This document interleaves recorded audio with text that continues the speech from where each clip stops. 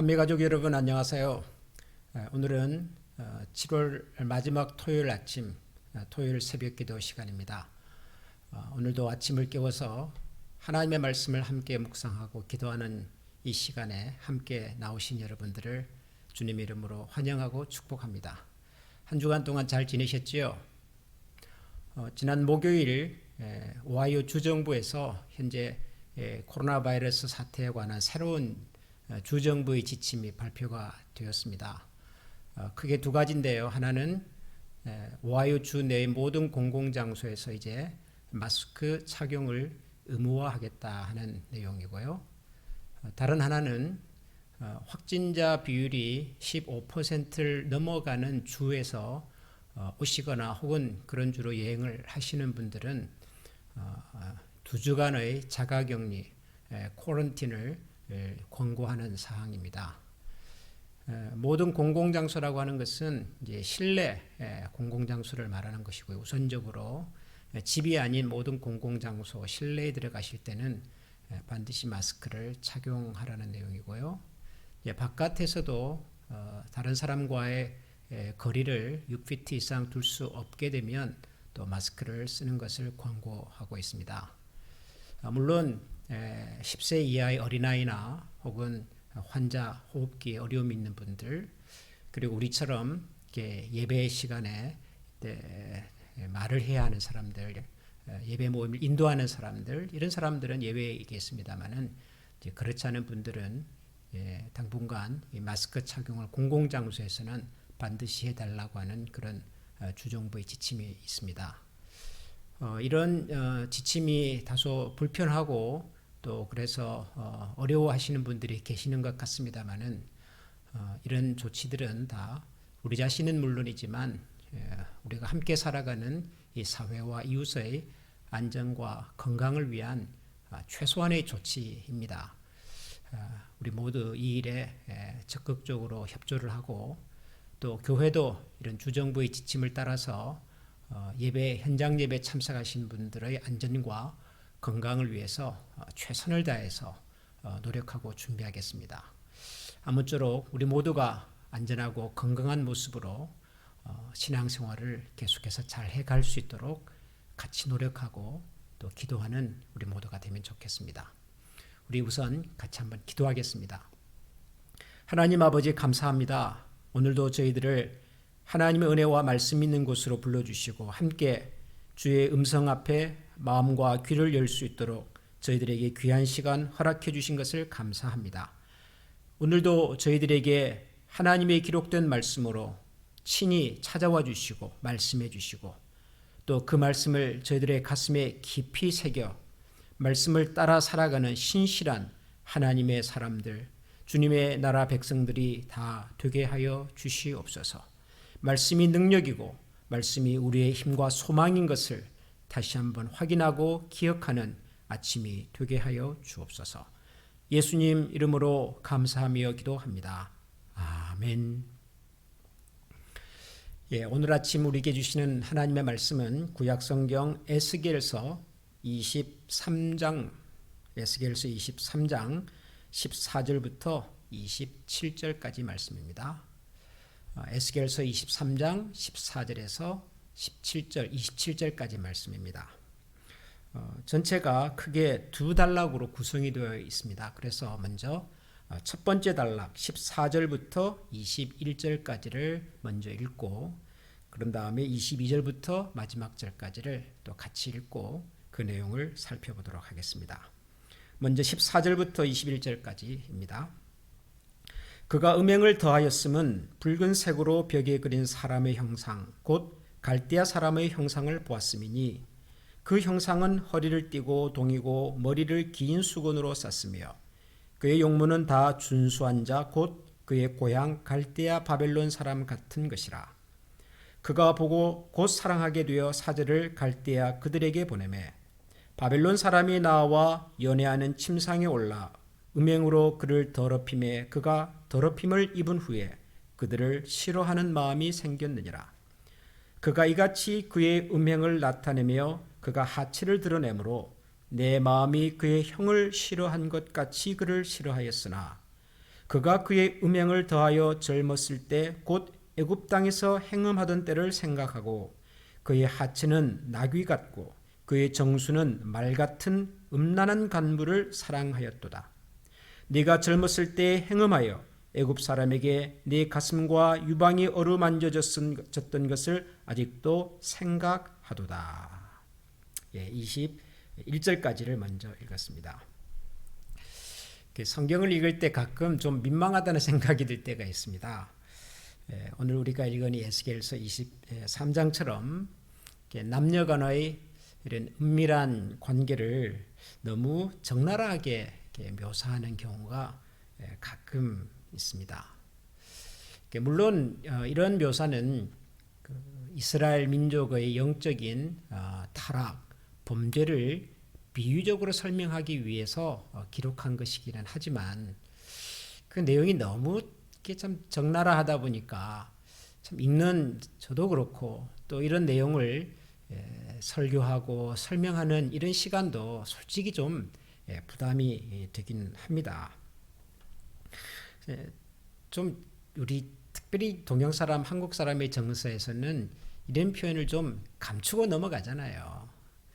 그래서 성경도 좀 대강 그냥 미루어 짐작하게끔만 기록을 하고 갔어도 될 텐데 뭐 이게 좋은 이야기라고 이렇게 막 구체적으로 아주 그냥 자세하게 기록을 했을까 그런 생각이 들 때가 종종 있습니다. 그런데 이런 생각도 또 해봅니다. 입장을 좀 다르게 생각을 해본다면 환자를 치료하는 의사에게 찾아온 그 환자에게 심각한 질병이 있단 말이죠. 빨리 손을 쓰지 않으면 이 상황이 더 위험해질 수 있고 그래서 수술을 하든지 뭐 이렇게 특별한 치료법을 지금 당장이라도 시작하지 않으면 굉장히 위험한 상황 속에 있는 환자를 만났다고 가정을 해보자고요. 그러면 의사의 입장에서 그 환자의 병세나 지금의 상태를 적나라하게 얘기하는 것이 환자에게도 부담이 되고 또 의사 자신도 불편한 마음이 생겨서 이거 뭐 별거 아닙니다. 시간이 지나면 저절로 해결이 될 겁니다. 이럴 수는 없잖아요. 그 환자가 정말 심각한 상황에 있다는 것을 안다면 그리고 이 의사가 적어도 양심적이고 정직한 의사라면 그 환자의 상태가 아무리 얘기해 주는 것이 그 병세를 얘기하는 것이 부담스럽고 충격이고 그리고 마음이 불편하다 할지라도 그 정확한 병세를 얘기해 주는 것이 그게 결국 그 환자를 위하는 것 아니겠습니까?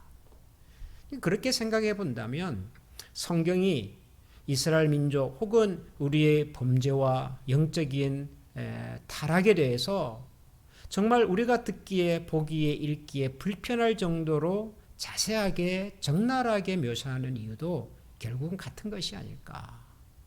정말 우리가 이런 상황에서 해결되기를 원하고 고침을 받기를 원하고 나아지기를 원하기 때문에 그래서 하나님께서는 불편한 줄 알면서도 이렇게 토요일 아침에 뭔가 좀 이렇게 은혜로운 말씀, 좀 이렇게 격려와 위로가 되는 말씀을 읽기를 원하는 마음으로 이렇게 새벽에 나왔지만 그럼에도 불구하고 우리가 하나님 앞에서 새로워지고 고침을 받고 그리고 영혼이 잘 되는 같이 범사가 잘 되기를 원하시기 때문에 주시는 그런 아픈 메시지가 아닐까 그런 생각이 들었습니다.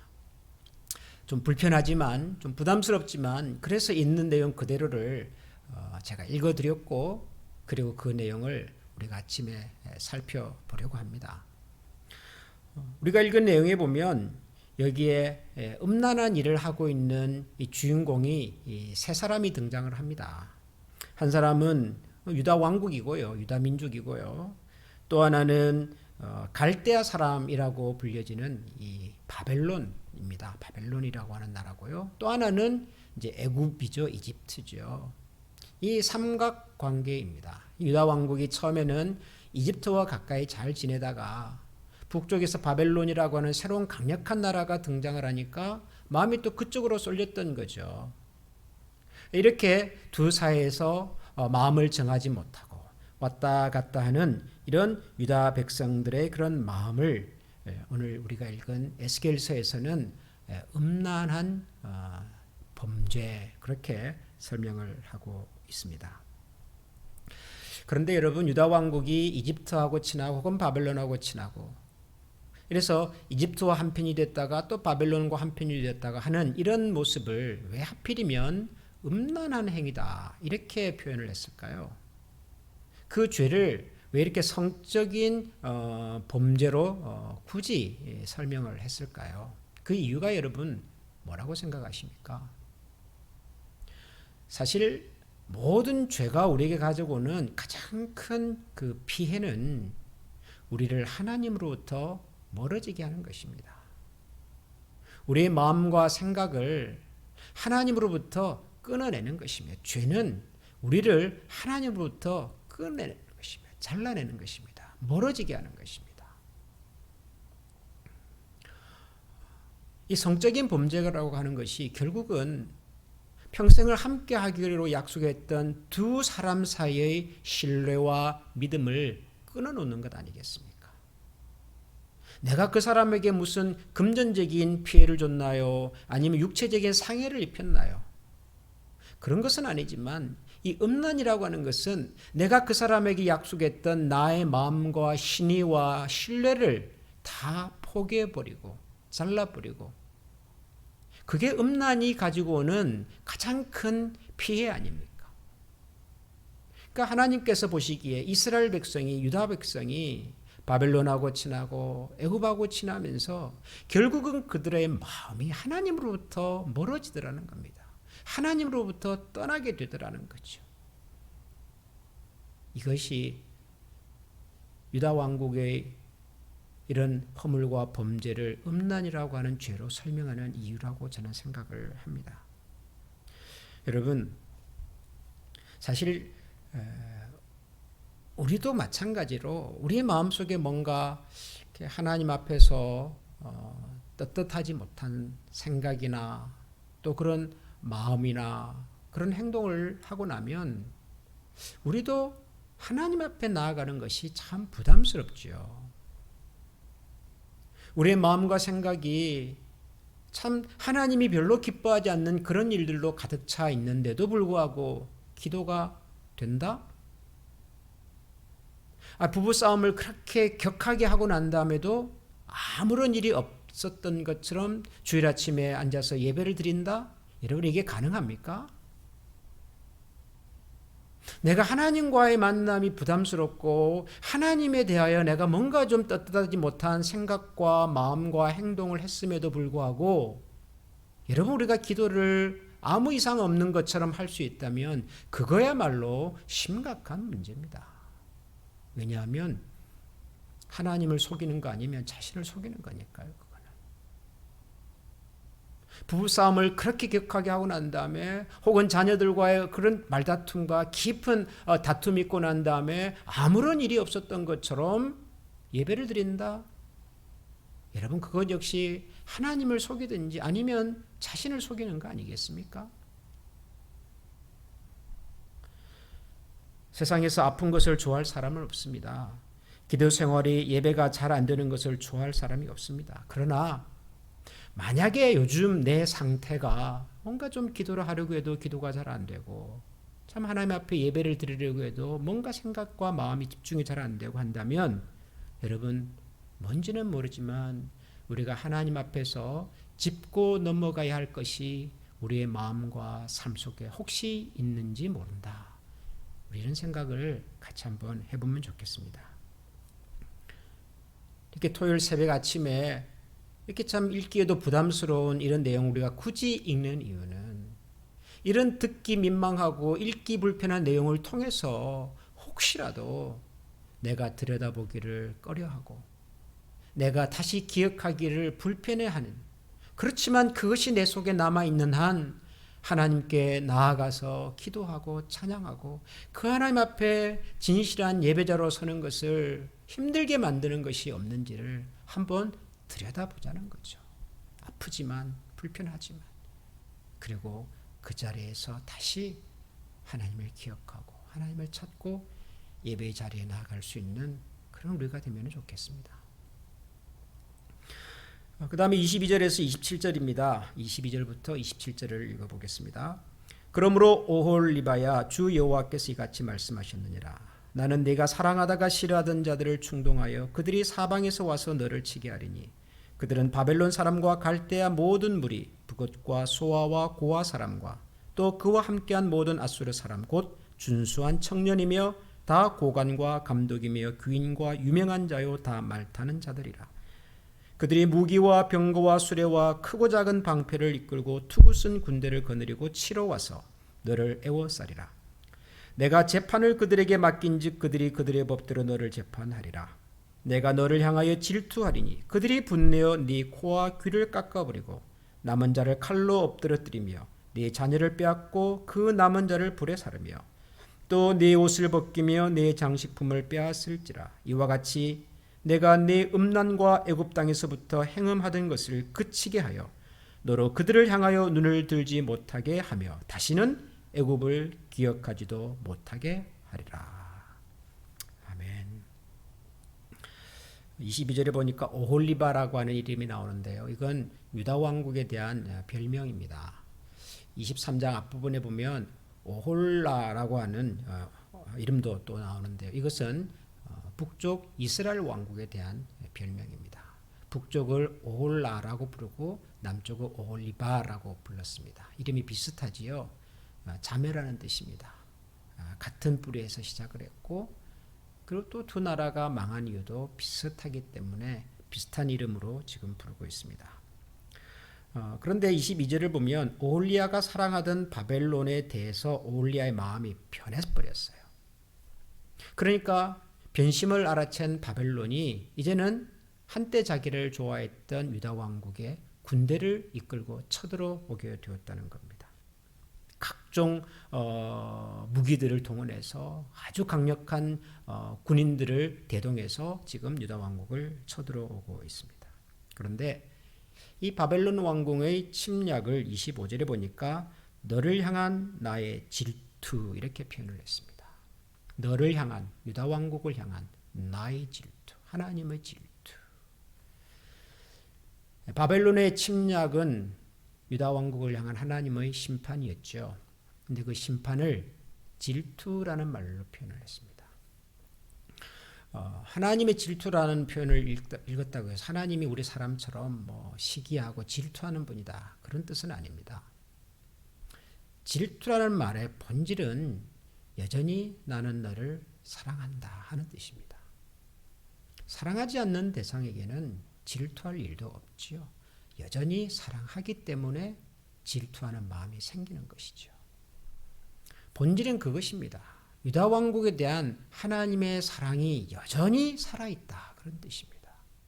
여전히 살아있기 때문에 하나님에 대한 신뢰와 믿음을 저버린 그들에게 하나님께서 심판을 하시게 되었다는 얘기죠. 여전히 하나님은 유다 왕국이 하나님께 돌아오기를 원하고 계십니다. 여전히 하나님은 저와 여러분이 하나님 앞에 기도와 예배의 자리에 서기를 기다리고 계십니다. 늦었다고 생각할 때가 가장 빠르다. 그런 말이 있지요. 저는 같은 이유에서 우리가 기도할 수 없다고 생각할 때가 바로 기도할 때고 우리의 예배가 무너졌다고 생각하는 그때가 바로 하나님 앞에 예배드릴 때라고 생각을 합니다. 아니 목사님 기도할 마음도 능력도 여지도 없어서 기도를 못하는데 기도할 수 없을 때가 기도하는 때라니 이게 말이 됩니까? 아니 내가 예배를 드릴 수 있으면 예배를 드리지요. 예배 드릴 수 없는 상황이니까 예배를 못 드린 거지요.